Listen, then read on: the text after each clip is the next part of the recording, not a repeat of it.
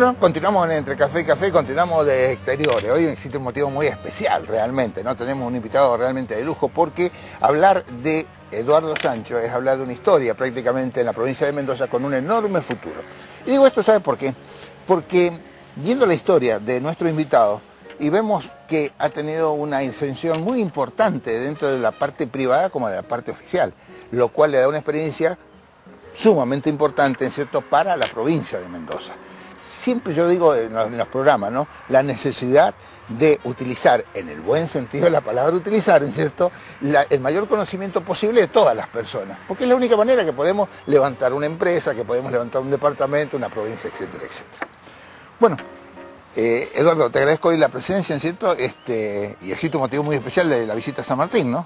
Sí, exactamente. Bueno, al contrario, te agradezco la invitación y un gusto de acompañarte en el programa.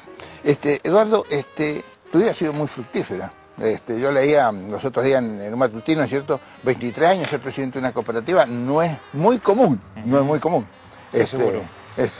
Y luego lo que ha venido. Sí, poco yo empecé con el tema cooperativo y ya esto viene también de familia, porque mi padre fue el fundador de la cooperativa en la que yo pertenezco ahora.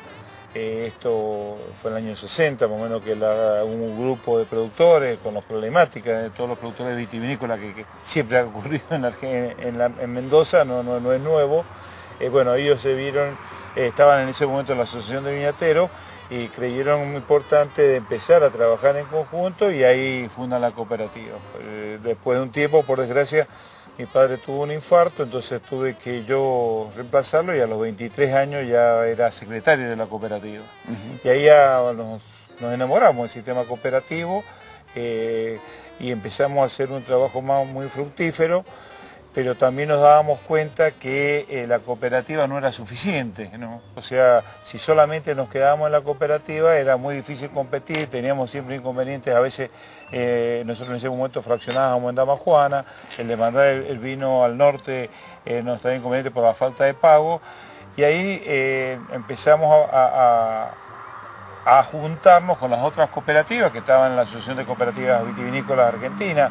En ese momento su presidente era don Carlos Mañi, que realmente fue todo un hombre que por lo menos a mí me enseñó muchísimo y realmente un ejemplo en todo lo que es el cooperativismo vitivinícola argentino, y empezamos a trabajar en Fecovita. En ese momento prácticamente Fecovita era algo muy chico, las cooperativas no estábamos asociadas, pero nos costaba aglutinarnos. Y bueno, y a los 33 años tengo el orgullo que me nombraron presidente de Fecovita. Y eso fue el paso previo, de acuerdo a lo que tengo conocimiento yo, luego a la inserción en GIOL y luego al ambiente oficial. La experiencia que vos tenés te hace que seas claro que prácticamente a veces el trabajo mancomunado de la parte privada con la oficial es mucho más liviano, digamos. Sí, que creo que son dos desafíos fuertes y esta por lo menos la experiencia mía. Ahí justamente ese paso para mí fue fundamental cuando José Octavio Bordón, el Pilo, y conjunto con Gabrieli, me piden desde Fecovita que nosotros teníamos un proyecto de transformación de GIOL, que era justamente el proyecto original del justicialismo. Cuando GIOL el justicialismo la estatiza para dársela a los productores. Eso después por diversas circunstancias nunca se hizo. Entonces bueno, con el Pilo y con el Lolo me invitan un poco para que hagamos ese proceso de transformación de GIOL. Y ahí fue un desafío bastante fuerte, bastante lindo, digamos, porque tuvimos que salir a formar nuevas cooperativas, o sea, cada una de las bodegas, juntábamos los productores de cada una de las bodegas que estábamos y formábamos una nueva cooperativa. Si vos te acordás, en ese momento, bueno, el proceso fue criticado porque decían que eso no iba a funcionar, que estábamos inventando cooperativas, que esas cooperativas iban a quebrar. Bueno, la realidad es que no fue así. Todas las cooperativas, la mayoría, digamos, algunas sí tuvieron inconvenientes, algunas se fusionaron, pero en este momento la mayoría de esas cooperativas están trabajando y con todos los productores chicos, que si no hubiéramos hecho ese sistema, todos esos productores hubieran desaparecido. Y ahí las cooperativas que estábamos ya más viejas, más las cooperativas nuevas, se juntaron todas para seguir el proceso de transformación de GIOL.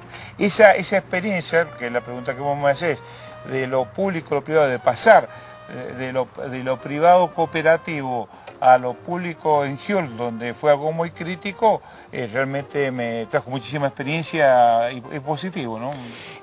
Buen recuerdo. Eduardo, vos has sido una persona exitosa en tu profesión, porque si vos sacás cuenta de que desde una cooperativa pasaste a prácticamente manejar los destinos de GIOL, que era lo máximo que había, digamos, en bodega en ese instante, luego ser superintendente general de irrigaciones, ser ministro en la provincia, ¿qué es lo que te lleva en este momento, siendo exitoso, teniendo un buen puesto en Coninagro, a nivel nacional, etcétera, querer ser gobernador de la provincia de Mendoza?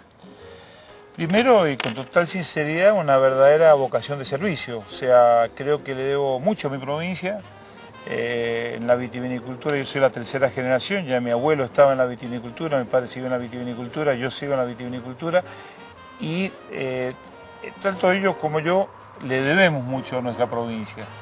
Le debemos mucho todo el desarrollo que hemos hecho, y mis hijos, gracias a Dios, están todos también en la provincia de Mendoza y cada uno en sus cosas desarrollándose en la provincia de Mendoza.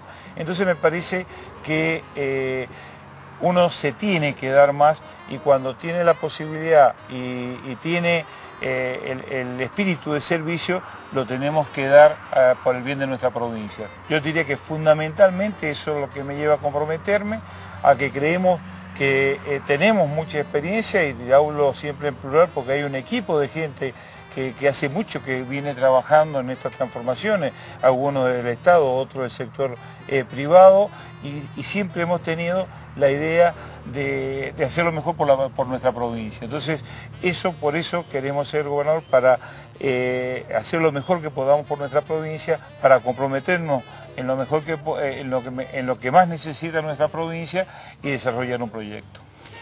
¿Y qué es lo que más necesita la provincia? Porque si vos le preguntás a un maestro, te va a decir, necesitamos educación. Si le preguntás a un viñatero, te dice que vaya más la uva. Si le decimos bodeguero, no, que posicionemos el vino. ¿Qué es lo que más necesita para tu forma de pensar?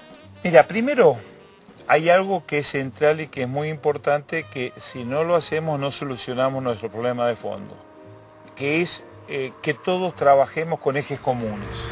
O sea, acá tanto el sector público, y hablo público no solamente del Estado, sino las organizaciones intermedias, las ONG, el Estado, el sector privado, el sector empresario, el sindicato, los gremios, todos tenemos que ponernos de acuerdo en 3 o 4 ejes que queremos de la provincia. Y esos 3 o 4 ejes, todos comprometernos que va a ser el centro de las políticas, y de ahí formar políticas de Estado y mantenerla aunque haya cambios de gobierno. Pero necesitamos ese acuerdo. Yo de la experiencia que hicimos en la Corporación Vitivinícola Argentina, de esa articulación Estado, sector privado, creo que es una experiencia que hay que transferirla a los otros sectores productivos, pero también al gobierno. O sea, que podamos, yo creo, un problema que tenemos en general en la provincia de Mendoza, y muchas veces en la política en general, es que los argentinos todavía no sabemos articular bien el sector público con el sector privado. Entonces a veces los objetivos son iguales, de distinto, por supuesto, distinto ángulo de desarrollo, pero el objetivo principal es el mismo, y estamos por ahí sin coordinarnos. Me parece que el primer desafío es determinar esos ejes estratégicos y, por supuesto, en lo que se está de acuerdo, y trabajar. Y después habrá otras cosas que no estamos de acuerdo, bueno, cada uno las va desarrollando por su parte. Pero lo que estamos de acuerdo es desarrollarla en conjunto. ¿Vos sos consciente, Eduardo, de que la gente te va a exigir algo que es fundamental? Vos recién decís que Mendoza, en cierto, necesita algunas políticas de Estado, ¿en cierto? Que una de las principales es el tema del agua. Porque Mendoza siempre fue el espejito donde muchos se miraban por el sistema de agua, se ha llevado al mundo, se ha hablado, ¿no es cierto? Y ahora estamos cuestionando.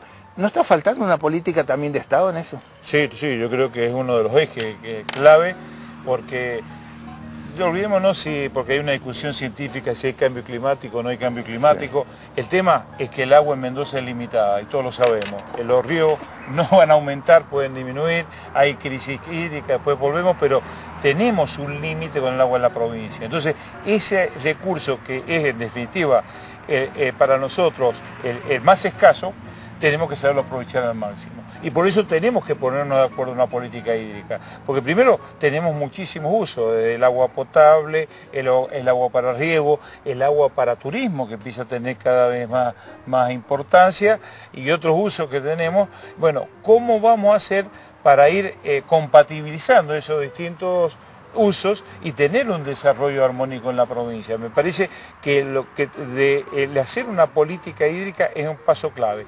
Ahora te digo una cosa que creo que es fundamental cuando hablamos política hídrica. Cuando vos tenés dos posibilidades de hacer un estudio y de determinar una política. Una es traer a los dos técnicos más importantes que tengamos en el mundo, en la Argentina, encerrarlos en una pieza y que hagan esa política. Yo no soy de esa corriente. Y que tampoco te lo van a perdonar a vos. Porque si hay una persona que tiene fundamento realmente dentro por lo menos de los políticos de Mendoza, uno sos vos, Eduardo, porque sos ingeniero y porque fuiste superintendente general de irrigación. O sea, que con tus antecedentes no te perdonarían un error en claro, este arma, exactamente. ¿no? Pero lo que es importante, Guillermo, es consensuar la política hídrica. O sea, que todos nos convenzamos qué hay que hacer con el agua, que discutamos profundamente todos los sectores que están involucrados, que somos casi todos los mendocinos, que estamos involucrados en el tema del agua, veamos qué vamos a hacer con el agua y logremos acuerdos. O sea, no hay política de Estado, no hay una política hídrica futuro que se mantenga si no está consensuada. Esto creo que es una de las cosas clave. Y por supuesto ahí también tenemos que aprovechar al máximo el recurso hídrico. Tenemos que indudablemente hacer un plan de obras, profundizar el plan de obras que se está realizando en la impermeabilización de cauces. Se está trabajando mucho en todo lo que es el proyecto a través del PROSAP. Me parece que eso hay que profundizarlo mucho porque son obras que se van impermeabilizando y nos hace el mejor aprovechamiento del agua. Tenemos que ver cómo modificamos los sistemas de riego, cómo ayudamos a nuestros productores a modificar y a hacer un mejor aprovechamiento del agua y por supuesto también tenemos que hacer un mejor aprovechamiento del agua potable, porque todos los mendocinos por ahí hacemos un mal uso del agua potable, o sea, tenemos que tratar de mejorar nuestro uso y hacer un mejor aprovechamiento del agua. Bueno, estamos charlando con Eduardo Sancho, que es el candidato a gobernador de la provincia de Mendoza.